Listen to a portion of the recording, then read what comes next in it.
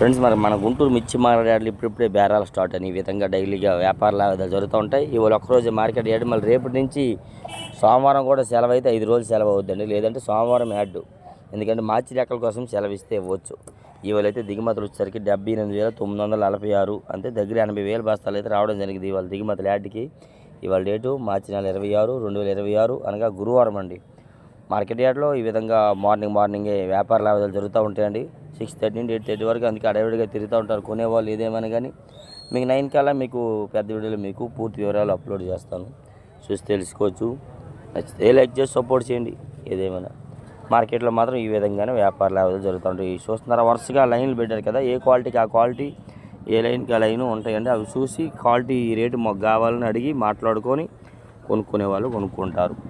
మళ్ళీ 8:30 తర్వాత marketing close అయిపోతుంది. మళ్ళీ రెండోసారి నెట్ కాడికి వెళ్ళి కోసి చెక్ చేస్తారనమాట. అప్పుడు ఓకే అయితే కాటాలకు వస్తారండి. ఓకే.